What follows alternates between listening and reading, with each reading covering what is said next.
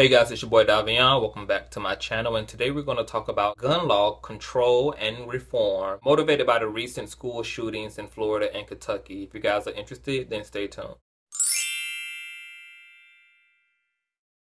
As you guys already know, there have been two school shootings that have took place already. In 2018, we had a school shooting in the western Kentucky that took the lives of two teenagers. One was 15 and one was 16, I believe. And then on Valentine's Day, 19-year-old Nicholas Cruz killed 17 teachers and students and wounded 14 in Florida. Now, these incidents obviously have caused a national debate on gun law control, gun law reform, gun law restriction, and the country is divided down the middle in terms of what that means, what that should look like, if there should even be any reform. Because one party believes that guns are not the issue, the people behind them are, and the other side of the argument is that guns are totally the issue despite who is behind them, because some of these events can't occur to the degree in which they do if it wasn't for the type of weapons being used to employ these type of murders and crimes. I guess we need to discuss the balance between both the conservative and the liberal view in terms of gun restriction, no gun restriction. Now, I think that both gun law control and an emphasis on culture and an emphasis on mental health and the emphasis on society have to also be implemented along with gun control, because obviously with gun control alone, gun control can help minimize crime to a certain degree. I also think that there are a lot of nuances as to why that is, because we know that there are countries in this world who have successfully put very restrictive laws against gun ownership, automatic weapons, whose crime rate have decreased dramatically. I took some notes down. In the UK, Britain, a 43-year-old Thomas Hamilton unloaded his legally owned arsenal of handguns on children and staff of Duplin Primary School in 1996, killing 16, 5, and 6-year-old children, including the teacher who was protecting them. They banned private ownership and use of handguns in the UK, along with pump action weapons, and registration became mandatory for shotgun owners after this incident. And their crime rate has been greatly diminished, and this was the last massacre to occur in Britain since 1996. Japan has almost zero tolerance of gun ownership, which contributes to its enviously low rates of gun crimes. As of 2011, legal gun ownership stood at 271,000 out of 127 million people in the country owns a gun. Only 270,000 out of 127 million people in this country own a gun. My God. 2006, only 2 people were killed in Japan in gun attacks. Only 2 gun crimes were committed in 2006. Japanese gun control laws are the most stringent in the democratic world. Even hunters have to undergo psychological assessment and background checks, and they are exhaustive and even extend to gun owners' relatives, which means they look at gun ownership and gun usage even in your family. So if you have relatives who have misused guns, have illegally obtained guns, that even will affect you being able to own a shotgun or a gun of any kind in Japan. Australia and Germany are also 2 other countries who have put strict gun control laws in place and have seen a dramatic decline in massacres and gun-related crimes. So facts simply state there is a place for gun control and gun reform in the country. There certainly is a objective result and impact and effect that gun control laws have upon the crimes committed within the country. 3 areas that we have to deal with in terms of dealing with gun control within our country. 1, our government has a role. 2, our culture and society has a role. And 3, the children themselves have a role, especially in terms of school shootings. Now, with the government, I am all for a ban, period, on civilians owning semi-automatic weapons, assault rifles. I don't think that in any way there is any logical, practical usage or justification for why a everyday person, a regular civilian who is not military, who is not police affiliated, should own a semi-automatic weapon. What in the fuck do you need a semi-automatic weapon for? Please tell me. You're not a hunter. You are not a police officer. You're not military. Why in the hell do you need a semi-automatic weapon? I would just love to know. Because even if a civilian wanted to argue that they want to be able to possess one for personal safety, unless there's a zombie apocalypse taking place, there's no need for you to own a gun that can kill 15 people in one round. Even in cases where burglary is the crime, usually only 1 to 2 people will enter into a home to burglarize a home. You can easily disable 1 person or 2 people with a handgun. You do not need a semi-automatic weapon. You just don't. Now, I am certainly for the Second Amendment, which is the right for Americans to bear arms. My issue is with the type of arms that Americans should be allowed to bear. Because any of us would have a motherfucking issue if Walmart decided to sell grenades to the general public. Any of us would be concerned if the local gas station, if the local Shell station, cheap way, decided to sell hand grenades. There are just certain weapons that don't logically make sense to be in the hands of the general public. They just do not. I am not for any government or any social argument that we should not own guns at all, because I am a person who bears arms. I have a legally registered weapon. I have a concealed handgun known as a Beretta, and I carry that motherfucker everywhere I go. Any place that's not government property, I carry my motherfucking weapon. I am a black male in this country. I am also a black same-gender loving individual in this country. I have 3 motherfucking odds against me that I have to survive. I have to survive white supremacy. I have to survive homophobia. And I also have to survive niggas' ignorance. Period. A nigga like me, I'm going to bear motherfucking arms. But once again, I do not stand for regular civilians to own semi-automatic weapons. And if the government is going to allow civilians to own grenades, semi-automatic weapons, fucking nuclear missiles, and the whole fucking light, because the argument can get very exaggerative if we're going to permit certain arsenal to be in the hands of the general public, then I think certain measures have to be taken, like universal and comprehensive background checks. I think it also should be as difficult to own a semi-automatic weapon as it is to get clearance into the White House or into Area 51. It should be that motherfucking difficult. It should be possible, but it should be difficult to obtain weapons of mass destruction, semi-automatic weapons, bombs, grenades, etc. This shit should be difficult to obtain. Not the everyday person or someone who's not even 18 years of age should not be able to walk into a pawn shop, into a gun store, and own a semi-automatic weapon. There should also be a dramatic reinforcement of the law by the books in terms of gun ownership, in terms of us prosecuting those who unlegally own guns. I think that we should step it up. The law want to give niggas a life sentence for selling a dime bag. Well, I think that illegal gun ownership should be met with the same type of fucking consequence. Y'all put people in prison, especially minority people, especially non-white people, especially ethnic people, in prison and in jail for the pettiest of fucking crimes.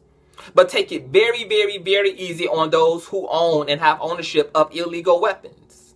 So I think that dramatic reinforcement on gun control and gun ownership and the consequences of having such should be dramatically reinforced by the motherfucking books. There also should be heavy emphasis on mental fucking health. There should be stringent, just like in Japan, stringent mental health assessment, to the point where, bitch, if you want to own a semi-automatic weapon, you can, but I'm gonna need to psychologically reevaluate your ass. I'm gonna have to interview your family, your peers. I'm gonna have to check your social media. I'm going to have to understand the pathology of your overall family, see if you come from a family of crime, a family connected to crime and misconduct. We're going to have to see it all. I think that putting these things in place is the middle ground. If the public wants to say, we want the right to bear arms and to bear semi-automatic weapons, then I think the process to obtain such weaponry should be greater than what it is today in the entirety of the country, so that we can keep these weapons from being easily obtained from people who are not emotionally stable, mentally stable, spiritually stable, to keep them out of the hands of children, of young adults who are still developing their cerebral cortex, from young adults who are still developing their coping mechanism. These weapons should not be easily accessible to such individuals. And these things have direct impact because, as I stated earlier, these 4 countries that I named, Australia, Germany, the UK, and Japan, they've all stepped their pussy up on gun control laws and have seen a dramatic difference in gun-related crimes, and have not even had massacres related to guns since implementing these laws and legislations that restrict gun ownership either totally and or regulate gun laws, gun usage, gun ownership. So there is a place for that. So that's the government's role. Step up on those areas, mental assessment, heavy background checks, and step up the consequences legally against those who obtain guns illegally. Putting those things and those factors in place will help us to not ever hear about a Kentucky or about a Columbine or about a Florida. Now, culture. Culture is very, very, very interesting. Something has to be said about what state of consciousness has our culture entered into collectively that has allowed for there to be a lot more senseless media and violence being pumped and promoted across social media outlets across the board. What is the state of consciousness? And I think society taking responsibility in the matter as well, and not just putting it on the government to do something. According to statistics and polls and research, there are more people suffering from social anxiety and depression now than any other era in American history.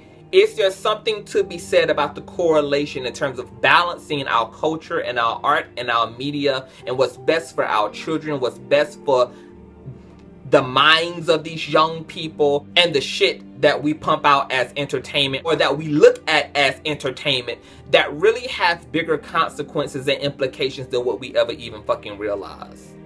Because more people want to have a world star moment than have a Jesus Christ moment. More people now are ready to fight, throw blows, damn near kill each other over shit they can walk away from, because it's become culturally okay to have a world star moment instead of a Christ moment, instead of a loving moment, instead of having the maturity and the rationality and the logic and the reasoning to walk away, to have the confidence to not care about if somebody looks at you as a punk because you chose to walk away, or because you chose to go to the authorities, or because you chose to take the high road. So we, as a society, this does not involve government. No laws should be put in place. But socially, personally, spiritually, we have to ask ourselves, what are we going to put in place to help navigate this crazy world for young people who are coming up in the age of technology, who are coming up in the age of social media, and have to cope with technology, with social media, have to cope with violence and the type of art that's being entertained in a mainstream way, and what type of back and forth balancing of equilibrium are we going to have as a culture with pop culture, with media, and our real lives? Because the lines are starting to become very blurred between what's virtual and what's real now. We have to deal with that socially, and each individual has to think about what they believe is best and then walk in that way and help their communities and help society to be healthier and to have healthier media, kind of like what Black Panther did. What if Black Panther the movie was an everyday occurrence for the country and for black people? For one moment we all stood together, we galvanized, we united to support a black cause, and we were inspired by that type of media, that type of representation. What if that type of representation wasn't just once every blue moon, but that we started to create art and culture in a way that empowers people, all fucking people, all minority groups, the American spirit as a whole. Now, as it relates to school shooting, one thing that is going to greatly diminish school shooting, I don't give a fuck what nobody says, is the kids themselves. Now, each one of us who went to school knows how fucking rough school can be. We know how nasty, vile, and brutally honest kids can be of all ages. Kids can be very peculiar, very fucking mean-spirited. Kids operate with a pack mentality because they don't have the maturity to really understand individual agency. So they oftentimes operate in a pack mentality. So if one kid is making fun of another kid in class, most of the children are going to join in laughter and or direct picking and teasing of that kid as well. And that is a fucking issue, because there's a few universal factors within what happened in Kentucky school shooting, what happened in Columbine school shooting, and what happened in the Florida school shooting. Bullying, being teased, being left out, being othered. Now, as a same-gender loving man, that has to resonate with me, because I am a homosexual in a country for the longest that was homophobic. And so I know directly what it feels like to be othered, to be put in the other category. I know how that affects me spiritually, how that affected me psychologically. If I was not as stable and not as loved on in my home as I was, and not as embraced by my mother and my stepfather as I was growing up, I might have been emotionally unstable enough to go completely motherfucking postal on bitches growing up in school. I just might have. By the grace of God, I had enough of the right elements in my life to keep me from reacting and expressing my frustration, my anger, and my depression in such a vicious, violent way. But that is not the case for many people. And so I think that we have to show our kids and be on top of the shit that our kids are watching, because kids get bullying behavior from somewhere and somebody. Bullying behavior comes from a child who is being neglected and nobody's paying their ass attention. So therefore, they are projecting their own frustrations onto other kids who they deem as weaker or lesser or different. Kids who are just not being governed accordingly. And not all bullies come from broken homes. Some bullies have great parents. They come from great homes and upbringing, and they're just problematic ass kids. Sometimes you just have problematic children. Doesn't matter how silver the spoon is in their mouth. They're going to be problematic. They're going to be disruptive. And there has to be an agency on the parents to stay on top of their kids, because your kid and your children are going to make it worse for everybody when you're not supervising your children to the capacity in which you need to make sure that they understand who they need to be and how they need to treat other people. No child in this world deserves to be othered. No kid in this world deserves to have to walk around school being teased for how he smells, or what he or she looks like, or what he or she is fucking wearing. They don't have a right to be teased for those things. That doesn't also mean that they have to be given a social plaque of greatness by their peers, but it damn sure means that they should not be crucified for those things. Not paying attention to a person is a lesser evil than harassing and teasing and bullying someone. If somebody isn't your cup of tea, if he or she isn't most of y'all's cup of tea, fine, leave he or she alone to their own devices. But do not degrade and demean and bully physically or emotionally someone and think that everybody is going to have the capacity to withstand that maturely. Because some motherfuckers, as we can see, want to take lives, point blank and period. Parents, sit down with your kids, have a real motherfucking conversation about bullying, about how to deal with bullying, and about how to not be a bully themselves. Show them the footage of Columbine. Show them the footage of Florida and Kentucky. Show them these news outlets. Instill in them in an early fucking age. Stop them dead in their tracks and let them know what is not going to be tolerated of them as people, as citizens in this world. Because this is what can happen when you think it's okay to bully somebody else, This is what can happen. Somebody can pick up a gun and not only take your life, but take the lives of other people who ain't got nothing to do with what you did. Because see, when these kids start emotionally reacting and they want to wake up and go on a stabbing spree at school or go on a shooting spree at school, they're not seeking out the specific people who bullied them. They are going to attack the school as a whole. And so that puts everybody at risk. So sit down with your kids, explain to them what bullying is, continue to reinforce what you're teaching them about being kind and nice and polite to individuals, not making faces at people, not laughing when some other asshole in class is picking on another kid. You sit your ass there and you look forward and get your goddamn lesson. You don't entertain that bullshit. Or hell, do the hero thing and confront the damn bully who's bullying the motherfucker, who isn't going to stand up for themselves. This is once again where that personal agency comes into place, where that societal responsibility comes into play. We've got to step up on these things. All these things so far have happened in white districts and white communities, and white people are going crazy saying, no, we don't want to utilize metal detectors and we don't want to utilize those things because I don't want my child to feel like they're in a prison. Fuck that. It's not about you and what you feel you don't want for your kid. If you want your kid to survive a school day, bitch, you better implement a goddamn metal detector. Because in these black schools, bitch, we got the metal detectors. And it's why you ain't hearing about no Columbine on the black side of town. You ain't hearing about a Florida massacre school shooting on the black side of town. You ain't hearing about that shit for a reason. So white people, y'all better get up on y'all game. But let me tell you, the real reason why white people don't want to implement metal detectors and more policing of the schools is because they don't want to destroy the narrative that white people are okay, sane, and normal.